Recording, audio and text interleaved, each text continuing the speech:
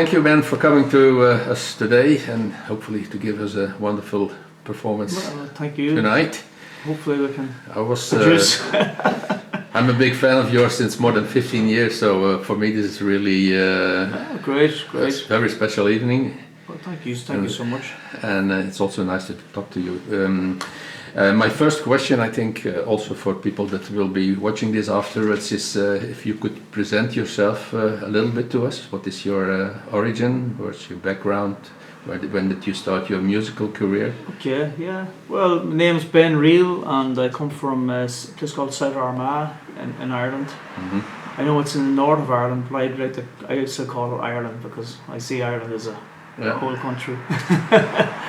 So. Yeah, I've been playing music, my first band when I was 17 when I left school, basically, so I've been 51, about to turn 52 at the end of the month, so I've been out playing music all your life. All my life, and playing in bands and stuff, I could see that you started becoming active as a CD or an album producer in 1999? Well, 99 was the first. That's when I started out as Ben Reel, kind of as a solo artist. Before that, I played in a band, an original band as well. We were called Promised Land and Trim the Velvet. But we had a full set of original material with that, and I suppose I was the writer of those songs. So it was actually some of those songs were used down the line for Ben Reel albums that there was, from my first band. Yeah. But it's a thing I would like to go back and do like a prequel, where songs that was before the solo career, so. Yeah, but on your album 10, after 10 years career, you have a lot of those songs from the previous album. Yeah, well that was from 1999 to 2009. And then, but I guess I have it's kind of 11 studio albums that I've released, since 99. I checked, and you can still download them all on iTunes. Yeah. I know it's a bit confused, but the first few albums are under Ben Reel Band, and then the later albums are under Ben Reel. So I have to unify it someday.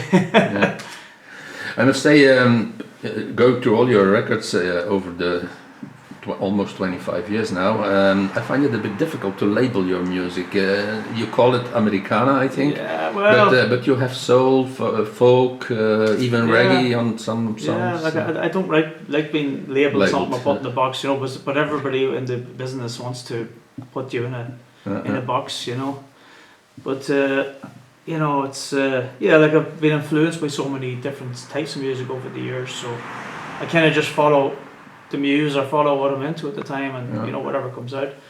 And well, I think that the closest thing you could just call it roots rock. I guess it's roots rock. Okay. And I will put that on my next reviews. Yeah.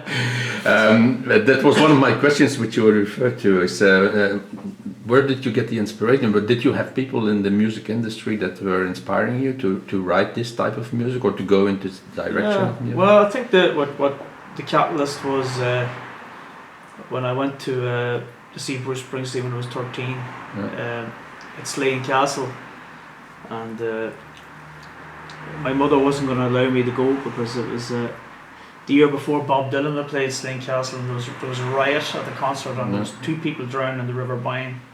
So she was going, there's no way you're going. But I went and saved my pennies and came back, bought the ticket for what was 15 punt in those days, which is, ridiculous. Will not be possible anymore. No. And I just remember my mother made my older brother took me. He was 19 at the time, so he took me, and so I think that was a life-changing experience because it was kind of sort of, I went like, I want to do what he does. And that everything from his repertoire. Yeah, well, I guess rock, classics, folk. Because I first got into kind of that Springsteen thing, because he was, his songs meant something, and there's just the storytelling and that there. I wanted to do that kind of thing, Although before that as well, I loved the Beatles. I always loved the Beatles. Beatles is definitely another. John Lennon and the Beatles are one of my great influences. And then later, I suppose, you know, get into Dylan, you know, get into Neil Young, Van Morrison, of course, being from Ireland. So I kind of, you know, He has kind of a explored, good new one. Explored all Van that. Morrison. I heard that, yeah. All covers. Yeah. In fact, you mentioned Bruce Springsteen, but I also wrote in my last review on your Come a Long Way album that Bruce Springsteen once inaugurated Roy Orbison in the Rock and Roll Hall of Fame, and that he is saying that I wanted to sing like Roy Orbison, but I know now that nobody sings like Roy Orbison. And then I wrote in the review, I think there are a few guys that can sing like Roy Orbison, Chris Isaak and you. I remember reading that, thank you very much, thank you, it was a great compliment. I hear it quite often. I'm a big fan of Roy Orbison, but I hear it in many of your songs, this mainly vocally. Well, I've heard that, a lot of people have said that to me down through the years, you know, and it's, I'm honoured to be compared to Roy, because he's one of the, you know, I love Roy Orbison, big fan of Roy, you know. But your singing is very, very similar in some songs, not everything, but in some songs I think it's very similar. One of my favorites, the favorite song from your repertoire is You're Not Alone. All right, I'll have to do it tonight. Put it on the track list. Okay, for sure, I'll have to add that tonight. My wife will be pleased too. Cool. Okay, then could you also describe a bit how do you write your songs, the whole process of writing songs? It comes in different ways, you know, and a lot of the time it's when you're maybe lying in your bed at night and about to go to sleep, and then this idea comes into your head, and it can be a bit of a pain in the ass because you have to get out of bed and sing into your phone, and sometimes, you know, you're too lazy and you don't get out of bed and it's gone, like, you know, forget about it. It's gone forever, like, you know, it's like there's I think Neil Young put it good once. He says that about you know, waiting for a song to come is like sitting in front of a rabbit hole waiting for the rabbit to come out, and if you don't catch it, you know, it's gone, you know, and you wave a goodbye. So it is important when you get a good idea, you know, that you have to, I usually just sing it into my phone, or I get up, and if I maybe try and hear what I'm hearing in my head and put it down with acoustic guitar, the chords, you know, and then I'd usually just let it sit and come back to it, you know. Or sometimes it might happen where I just write it all there and then, you know. Yeah, but not all your inspiration comes in bed, I hope. It's that's the way it's been happening lately. That's when you have time to consider and think about it. When you play music live, do you do it solo like here tonight? But you also play with a band. I saw also on this tour in Europe, in Holland, you have a few times a band, which are then Dutch musicians. Got some great Dutch musicians over here. I can play it. Called a few guitar players, and I have my own Irish band as well. A great band over in Ireland, you know. You have a fixed band in guys Ireland. They be the main core guys who played on all the records, you know. The same drummer, Michael Black, on drums. There's my brother-in-law and a guy called Ronnie O'Flynn on bass. They would be my core rhythm section, and then a few different guitar players, you know. Another brother-in-law, Jerry Black Jr. So keeping the family along with my wife, of course. All of the family. On backing vocals. So I married into the right family. Okay, free musicians. Huh? Yeah, well, I don't know about free. Maybe they can be bigger pains in the ass. But on your records, you also have a lot of collaborations with other musicians and very different ones. Often. Well, are that all friends, or how do you come to select these guys for the next record? Well, I suppose if you're talking about the Nashville Calling one, where I went over the Nashville record, so I was a friend of Tommy Womack's. I'm actually wearing his T-shirt tonight here. You'll see it later. Surprise! Because how did you get to that recording? Because that is the first time I think you recorded outside of Ireland. That's right. Well, it was always an ambition to do one in Nashville, you know. And did you know the guys, or? Well, I toured with Tommy a few times in the UK and in America. So I'd always said to Tommy I'd love to come over and record an album, and so it was just I was actually on tour it was one January, and I just had the epiphany. I said, right, let's arrange this. So we phoned Tommy and I says, look, I'd like, because I knew I wasn't going to be very busy, and it was 2019 January, and I knew I wasn't very busy in February and March. So I says, maybe I should just go and do this now, you know. Yeah. And I says to Tommy, on one condition, can you get Gary Talent on bass from the East Street Band? Yeah, and Will Kimbrough is also And Will very Kimbrough famous produced in it, so Nashville. he did, you know. You have a lot of all legends in Nashville music, I think. Yeah, and it's not a country album. In fact, there are some country related. Yeah, songs. it's not really. It is you could say a roots rock album, you know.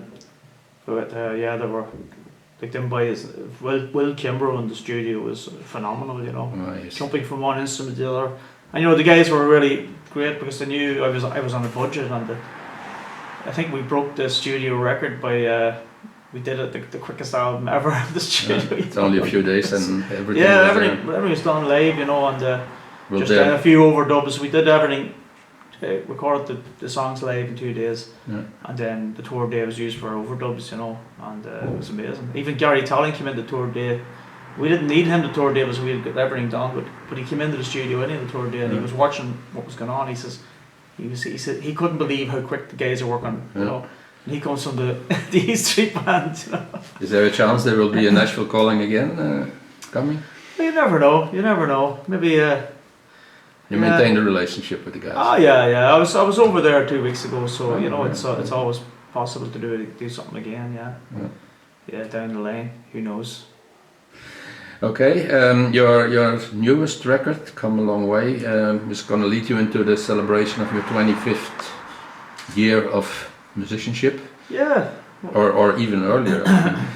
Congratulations, because I think this is one of your best albums ever, and you said you had 11, so thank you. If this is the best one. Well, thank you very much. But on the album, I hear a few songs which, and not only on this one, also on your previous albums, I think there are many songs that are really ready to be covered by other artists. Yeah. Did that ever happen in the past? No, it hasn't happened, but yeah, it'd be great if it did happen, you know. Yeah. and who would you like to do it? Well, there's actually a country song on it called Loretto on My Mind. Yeah. Which my guitar player from Ireland, Mick McCartney, he plays guitar. He used at the time he played guitar with an Irish country singer called Daniel O'Donnell. I know. Yeah. It's horrible stuff, you know. It's not, but I know if he covered it, it would probably be a big hit, you know. Yeah. Is Loretta?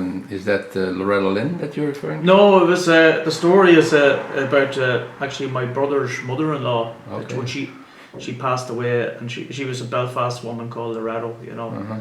So it was a song that I was actually on tour in Germany at the time when she died, so I couldn't make the funeral or the wake.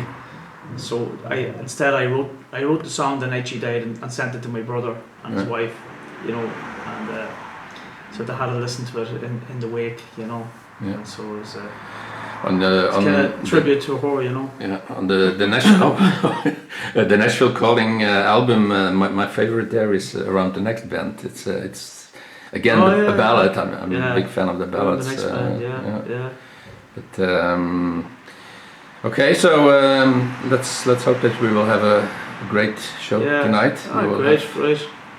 And just interested to hear what other songs do you think should be covered in the who do you think should cover my songs and Come a Long Way? Yeah. Or do you ideas yourself about that question? Well, I think some of the Nashville Calling are really fit for country singers.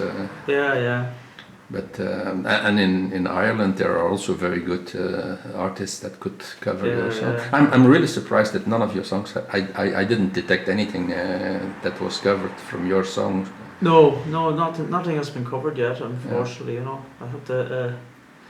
You know, it's tough these days. You know, getting stuff placed. You know. Yeah. Also, the recording I think is not so easy anymore as it was 15-20 years ago. Yeah, that's it. Yeah, as I say, all you need is just one lucky one, you know, and then it opens the doors, you know. Yeah. It's sometimes like winning the lottery, you know. Yeah. This business, you know. I think the first time I saw you was on Jules Holland's show. I think you played one song on Jules Holland's show once. Well, I don't think that was No, me. not you. Okay, so then I was wrong. I did once. I supported Jules Holland in the Waterfront Hall in Belfast at a live concert. Okay. But I never, unfortunately, I never did the show. Yeah, Okay. it's another milestone I'll have to reach. Yeah. Great objective. Very good. Okay. Thanks for the pleasant chat, and Thank you very much, guys. I will be joining you tonight, and Looking forward to the show. Yeah. and I can give you some ideas about songs that you should bring. Yeah. To please shout me some tonight. requests. Yeah, of course. Let me know. Okay.